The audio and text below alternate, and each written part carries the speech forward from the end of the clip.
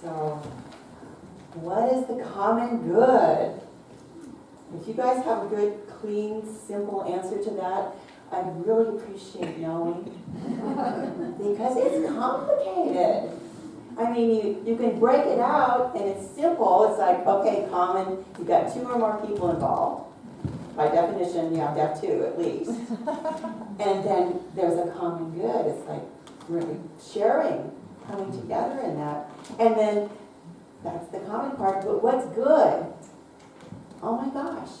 It could be good for one person and not so good for someone else, but what do you desire? What's the higher plane of what's available? It's it could be giving pleasure, it could be more moral virtue. It's like, you know, how many people do we have involved?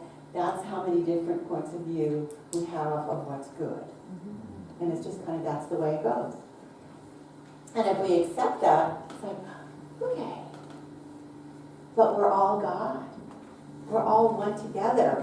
And it's the common good. It's the reason we come together in community. Because, frankly, the last few days or weeks, I should say, if I was on my own, all by myself with all the snow, it would not have been a pretty picture. I would still be up on Banner Mountain with 16 inches of snow around me. Anyway, so we need each other. We do. We're in community together, and that's why we do it. But the metaphysical point of view, of course, which is what Kelly's been singing about, is that we are all one. It is all God. We are so interconnected to each other. That is our grounded being, that we are unified. We are so interdependent with each other. And it's the oneness of all life. And what we do to ourselves is what we do to others too. And our actions have impact beyond our wildest dreams sometimes. So there's always something going on. There's like the flutter of the butterfly wings in one place impacts the air somewhere else. There's always something happening, and it's universal.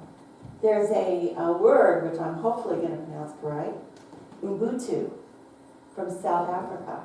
And they say it believes the belief in a universal bond of sharing that connects all of humanity.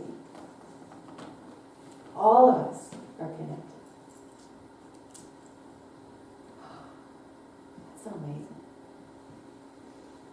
So the goodness, the common good, is our oneness, and we're in love and working together. Now, is it a smooth road? Oh, I wish. I wish it was. It's not that smooth. But we are all bound together by a common law. Ernest Holmes tells us all of life is bound together by one common law of love. And love is the self-givingness of spirit. It is the realization of the one presence which illumined the saints and the sages of the past. I and the Father are one. We must come to sense the marvelous presence within us. For this is the secret of successful metaphysical work. And we live it every single day, knowing that we are all attached. And anything is possible. The infinite exists at that level. Anything is possible. And God is everywhere. Spirit is alive in each and every one of us. Now, I know sometimes, based upon what goes on in our daily lives, that this is tough to remember. How many people can? Yeah. And so there's a gap. There's like, this is what the apparent reality is that we're seeing. And this is what we want to experience. And there's a dramatic tension being held in between the two. And Parker Palmer, who is a Quaker author and teacher, talks to us about this. And he calls it the tragic gap in between the two. And that if we can hold that, and not be judging one way or the other, but just holding that goodness, knowing it's possible, then in that way, there's room for transformation. There's room for rebirth. There's an energy in that tension that we can tap into. And we see what could be. And as we see what could happen, we know that our thoughts and our feelings will follow that. And then it becomes possible. And Spirit steps in behind that. And amazing things happen that you don't, it's like, how did that happen? You don't need to know how. You just need to know that it does happen. Because if you start dissecting how it's going to happen, it's a rabbit hole. It's trust. Just trust that it's going to happen. And that there's a balance of more life emerging. There's more fullness in your life because you're trusting. And you are knowing the vision is true. And if your heart isn't quite open to it yet, keep walking. And your heart will break open to let those infinite possibilities come through. It's amazing. And honestly, sometimes I get confused and lost, but when I'm on track and I'm in the flow, it's really fun. It's great. And it's powerful. And one of the things that I want to reiterate for all of us is in this teaching of the science of mind and spirit, we have tools that we can use. So if you come to a practitioner for a prayer session, you can explain what in your heart is on this end, this may be what is or is apparent in your life. And then your goal, your wanting is over here. They will know the goal. They will know your heart's desire. They're not going to play with you over where your sad story may be. Not that you would have a sad story, but you might. Something in your life that you would like to shift. And so they're coming to it with, okay, I will know that highest and best outcome for you. And that's what the prayer is. It's the accepting your common good, your greater good, and experiencing and knowing it for you until you can get there on your own. And sometimes we're just treating for belief, for trust, for knowing that that next step is what's possible. Just take that next step. And sometimes that's really hard. But trusting to take that next step. And coming together in a community for common good. Getting some support, some belief, some knowing that you're not alone. Because you are one with us. Everybody. Even the stray cat. Well, maybe not a stray cat. The cat may not be stray, but the cat is definitely one of us. My cats, everybody's cats. All the dogs. Up at my house, we're down to 10 inches of snow now. And we have little rabbit tracks, which I know they're there all the time, but I don't see the evidence of them until I look at the snow. It's so cool. But it reminds me that we're all one. Now, where that gets tested for me is that when I turn on the television or I look at my iPad and there's a news program on. All of those politicians, everybody in government is one with me too. God's Spirit, the divine, is in everything and everyone. All of us. And holding on and remembering that when we're challenged by events, things that are, we don't even know for sure what's going on, frankly. I don't. It depends on what you listen to and what you look at and what you read and what you see. And then one person can look at something and they'll see something, and another person looks at exactly the same thing at exactly the same time and they see something totally different. Okay. So where's the common good? It's really complicated. And that's why remembering that we're connected and we're all one and we're listening to each other with open hearts, without judgment. Just that inner knowing that that person on the television or on the screen of my iPad has divinity within them too. That spark of life and infinite creativity is true of both of us.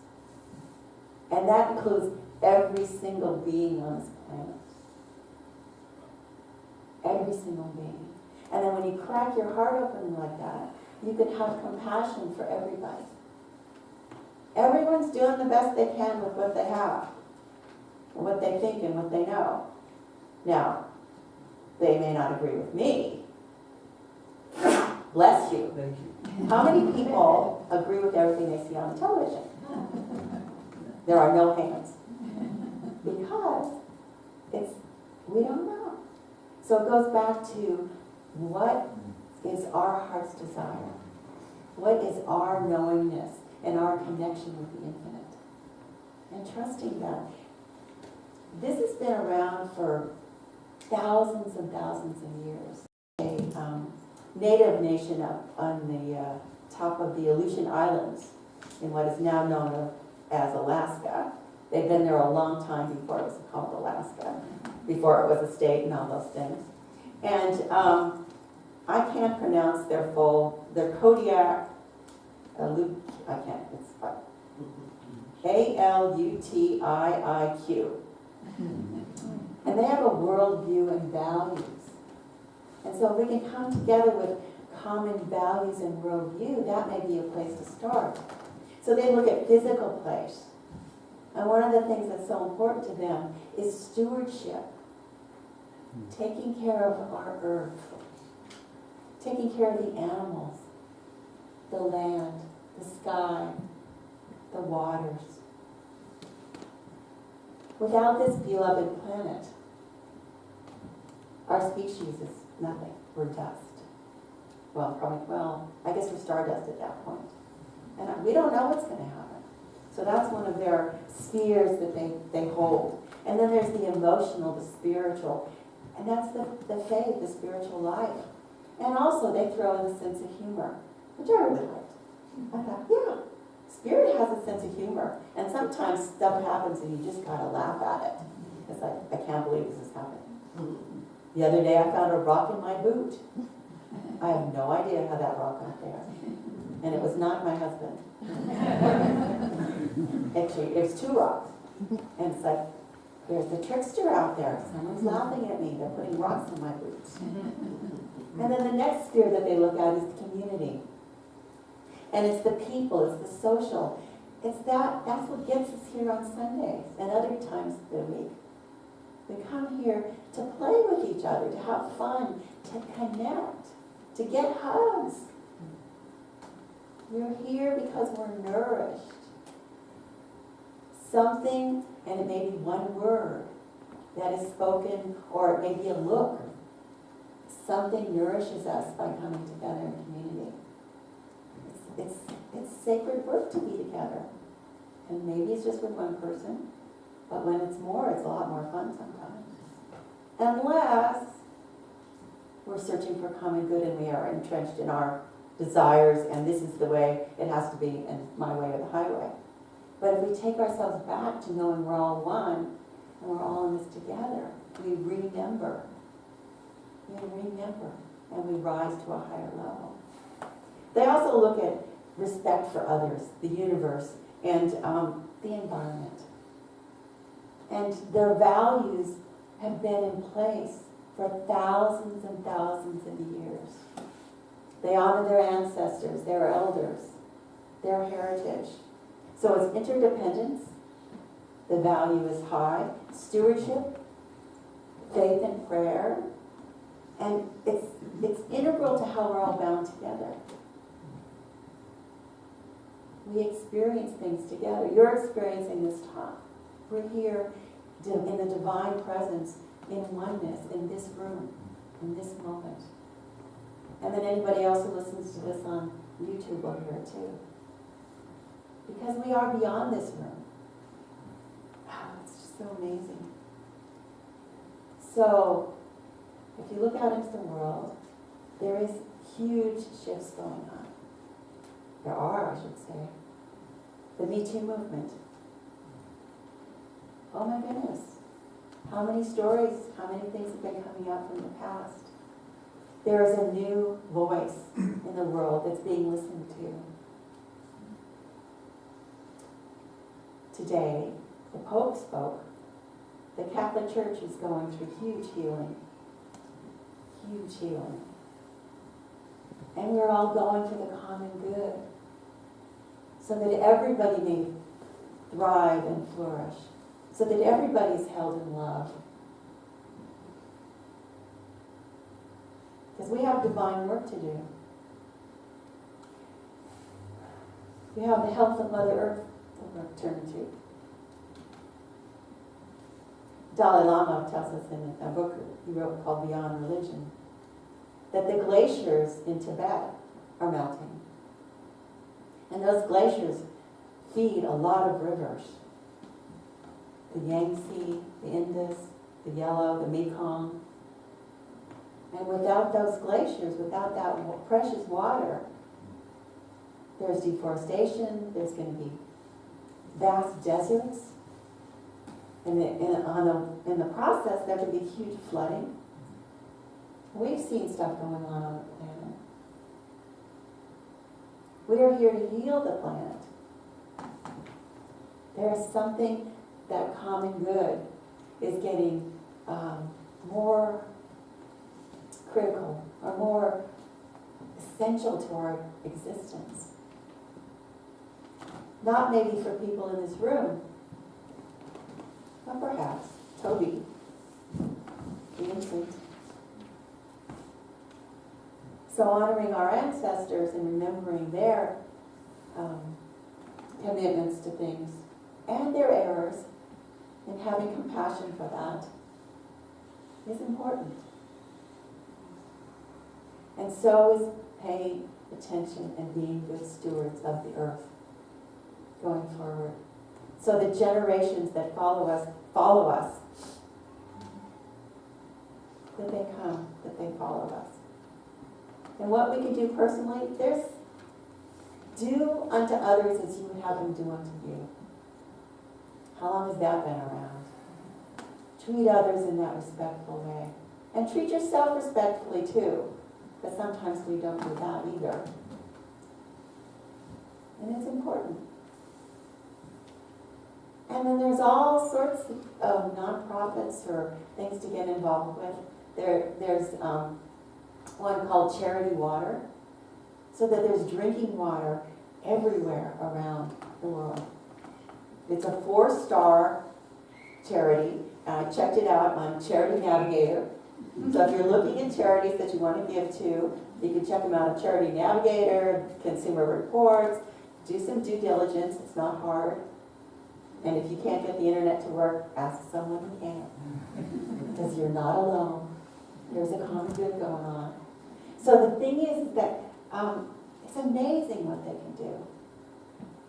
And I've chosen to give to one called theworldreader.org. And what they do is they for the devices, they have 9,348,031 readers have been reached since 2010. And reading and education and getting the word out about Mother Earth is so important. And they have programs where they have the parents reading to the children. So that it starts when they're little tiny things. And then it goes on for lifelong learning. Schools and libraries, everything's supported. So it's like, pick the things that tug at your heart, the issues that are important to you, water, whatever it is. Because that's what you can do. That's what we are coming together to raise the common good, to preserve and be good stewards of the earth. And it's amazing what's out there. And the millennials and younger are doing a lot of stuff. You know, they're doing education, agriculture, the food industry. Our food supply.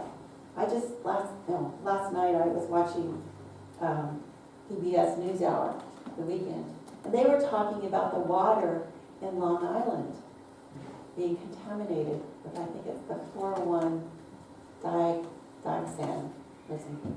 There's a chemical that it's like, oh, it's a carcinogen and it's in the water. It's like, oh my gosh. What can we do? We can do a lot. So apathy is not, it is an option, but don't come around here because we will, never mind. We will kick you in the butt. So the thing is that there's so much going on.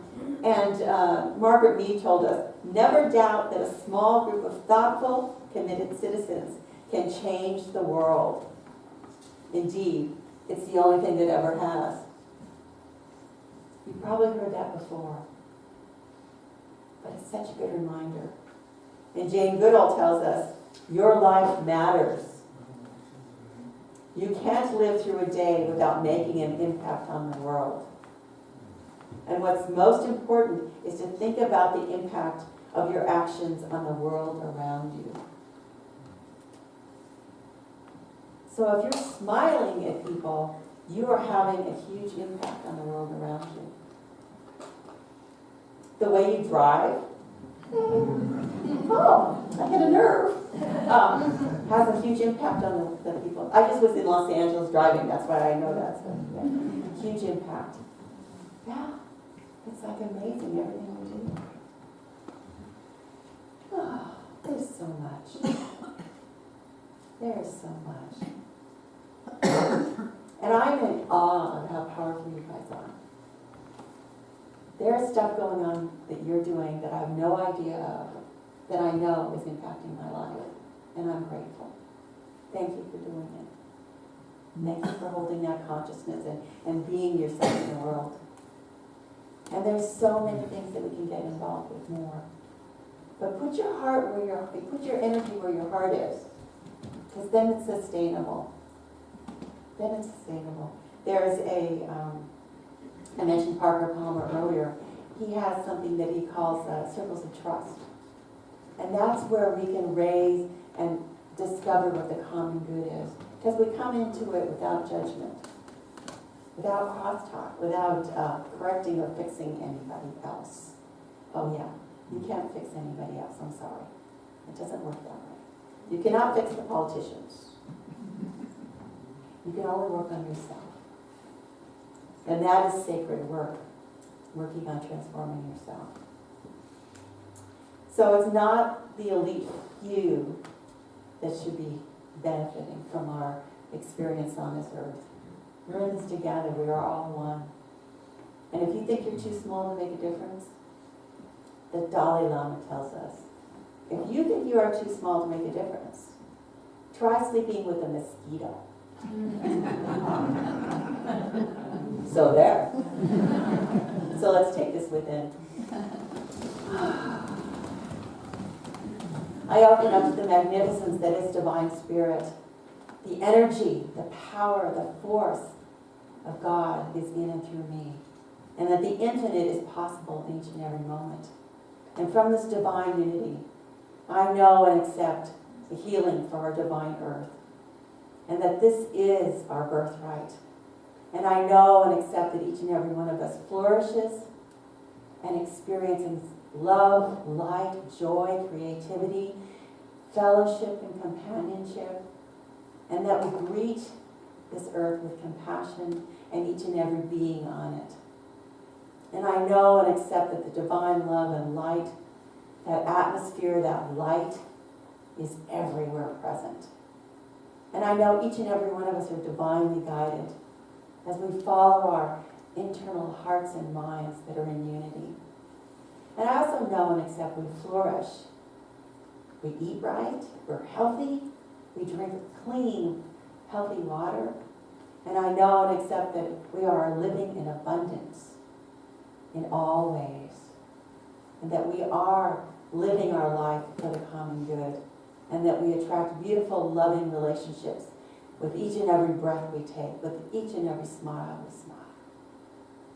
So I know and accept only good, only God is in and through each of us, as we are that divine connection. And though the law is always in action, and it is always saying, of course, yes, I answer in the affirmative. As you think and feel and act, so it shows up. So I know this, I trust this, and I'm grateful. And I'm living in appreciation for God working through me in each and every moment. And if you affirm this and know it as well, please join me in releasing it and saying together, and so it is. Thank you so much.